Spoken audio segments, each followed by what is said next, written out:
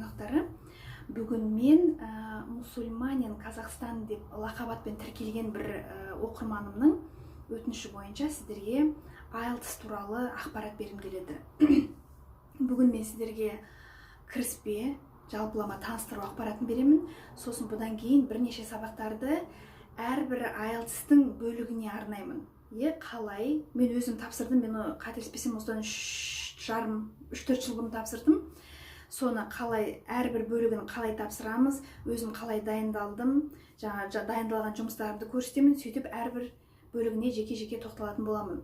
Сонымен IELTS дегеніміз не? IELTS дегеніміз IELTS, International English Language Testing System.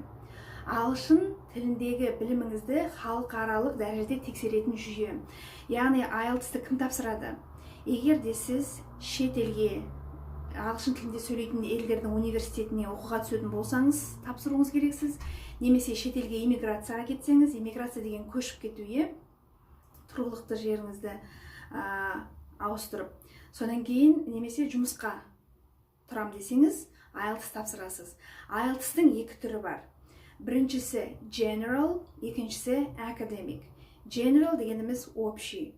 Общий IELTS-ты жаңағы иммиграцияға кететіндер немесе жұмысқа тұрғысы келетіндер тапсырады. Ал academic дегенде өзінің аты айтып тұрғандай, академический деп аталады. Оны ағылшын тіліндегі елдердегі университетке оқуға түскісі келетіндер тапсырады.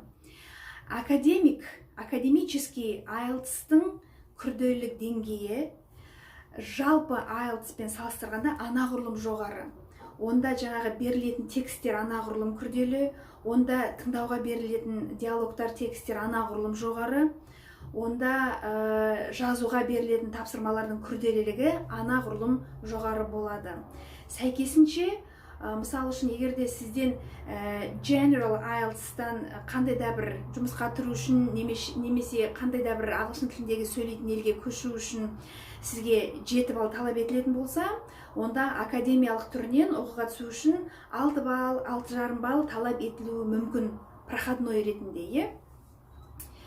Бұл бір. Екіншіден, IELTS-ты мен өзім Interpress деген организацияға тапсырдым Астанада. Қателеспесем, British Council, британское консульствода да тапсыруға болады. Оның да қателеспесем офистері Астанада және Алматыда бар. Сонымен қатар, егер де сіз Өскемен, Павлодар сияқты кішкентай қалада тұрсаңыз, сол қалаларда да әлсін IELTS экзамендарын қабылдау ұйымдастырылады. Ол өте тиімді, өйткені сіз жолға ақша шығармайсыз, Астанаға, Алматыға тест тапсыру үшін өз үйіңізден барып тапсырасыз, және кішкентай қалаларда IELTS экзамені үшін тапсыру үшін төленетін ақы арзанырақ болады. Алматыда, Астанада кішкене қымбатырақ болады, ал кішкентай қалаларда арзанырақ болады. Мен өзім Астанада тапсырдым, қателеспесем 45 мың ба, әлде 50 мың ба, мен сондай төледім, есімде жоқ қазір нақты.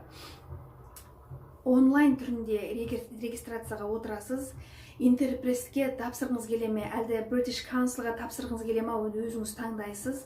Онлайн түрінде анкета толтырып тіркелесіз, онлайн түрінде жаңағы экзамен тапсыру үшін ақыны төлейсіз, олар сізге сосын квитанция жібереді, сол квитанцияны принтерден шығарып, тест тапсыратын күні өзіңізбен бірге алып баруыңыз керек. Өзіңізбен бірге тест тапсыратын күні удостоверение личности жаңағы төлқұжат, 2 жақсылап ұшталған қарындаш, өшіргіш, жаңағы төлем жасағаныңыз туралы түбіртектеуші ме еді, соны квитанция алып барасыз. Басқа өзіңізбен бірге ештеңе алуға болмайды. Ешқандай сөмке, телефон, басқа словарь, қағаз деген сияқты, ручка деген сияқты ештеңе алуға болмайды. Тек қана жаңағы 0,5 таза су алуға болады. Оның өзінде, оның сыртындағы этикеткісін алып тастаймыз. Тек қана таза мөлдір сол пластикті ғана алып кіреміз, ішінде суы бар. Экзаменға кешікпей келеміз, ертерек келеміз. Экзамен басталғанда экзаменатор экзаменнің жүру барысы туралы түсіндіреді ағылшынша. соны мұқият тыңдаймыз, ол ережені бұзбаймыз. Егер ережені бұзсаңыз, жаңағы экзаменаторлар сізді сыртқа шығарып жібереді. Ол кезде сіз не тест тапсырмайсыз, не сіздің ақшаңыз сізге қайтарылмайды. Тағы не айтайын дедім кіріспе осы.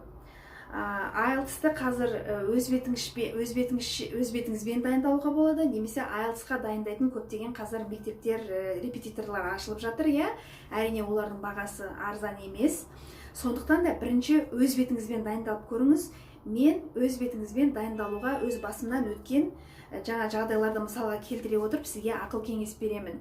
Шындығында бұл высшая математика емес, ол адамның табандылығы. Сіз өзіңіз тәртіпке бағындырып отыратын болсаңыз, занимация ететін болсаңыз, сізде нәтиже болады. Сосын сіз 1000 жерден ағылшыншаңызды судай біліп тұрсаңыз да, тіпті Америкада бәленбай жыл тұрған адамдардың өзі IELTS-ты өте төмен бағаға тапсырған. Неге? Себебі бұл кезде тілді жақсы білу тек қана маңызды бір ғана зат емес. Сонымен қатар жаңағы IELTS осы тестті қалай тапсыру керек, соның технологиясын, техникасын білу керек. Сол өте маңызды. Мысалы үшін менің 10 жылдан асқан аудармашылық опытым бар, маған не деп ешқандай дайындалмай-ақ өзім тапсырдым бірінші. Өзім тексеру үшін жаңағы материалдар, IELTS онлайн деген неше түрлі материалдар бар, өзіңіз дайындау үшін берілген, солар бойынша тапсырып, кәдімгі шын экзамен сияқты тапсырып, минутқа, сағатқа бәрін есептеп, өзіңізді тексеруге болады. Сол кезде бұлардың бәріне ссылканы мен келесі сабақтарда әр бөлімге жеке тоқталғанда айтамын.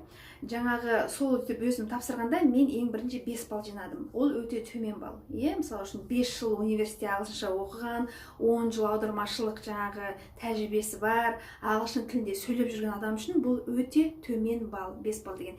Және мен IELTS-ты Канадаға иммиграцияға кету үшін тапсырған едім. Сондықтан да менен 8 балл талап етілді. 8 балл. Ал 5 баллды жаңағы егерде сіз повар болып істесеңіз, сантехник немесе қасапшы болып Канадаға жұмысқа тұрғыңыз келсе, нақты мен өзім басымнан өткен жайды айтып жатырмын, онда сізге 5 балл жеткілікті. 4 балл, 5 балл ондай кезде жеткілікті. Мен өзім көрдім, сол менімен бірге экзамен тапсыруға барған бір бала Канаданың Саскачеван деген жаңағы немесіне, провинциясына поварлық жұмысқа оған уже шақыру кеп тұр екен. Сонда оған айтыпты, тек қана 5 балға тапсырсаң болды, біз сені жұмысқа қабылдаймыз деп. Осындай нюанстары бар. Сонан кейін жаңағы IELTS негізінде 4 бөлімнен тұрады. Жаңағы listening тыңдау, speaking сөйлеу, reading оқу және writing жазу. Осы әрбір түрі туралы мен сіздерге келесі сабақтарда толығырақ ақпарат беремін. Әзірше IELTS туралы жауабым осы. Әлде сізден нақты қандай сұрақ бар, пікір бөліміне жазыңыз. Мен келесі сабақтарда сол сіздің сұрағыңызға жауап беруге тырысамын. Әдеттегідей сізден лайк күтемін. Каналыма жазылуыңызды қалаймын әрине. Маған ол өте қуанышты жағдай, менің оқырмандарымның санының өсуі. Осы видеоны таратып, IELTS тапсырғысы келіп жүрген, ақпарат алғысы келіп жүрген таныстарыңыз, достарыңыз болса, солармен бөліссеңіздер, мен сіздерге риза болар едім. Келесі кездескенше аман сау болыңыздар.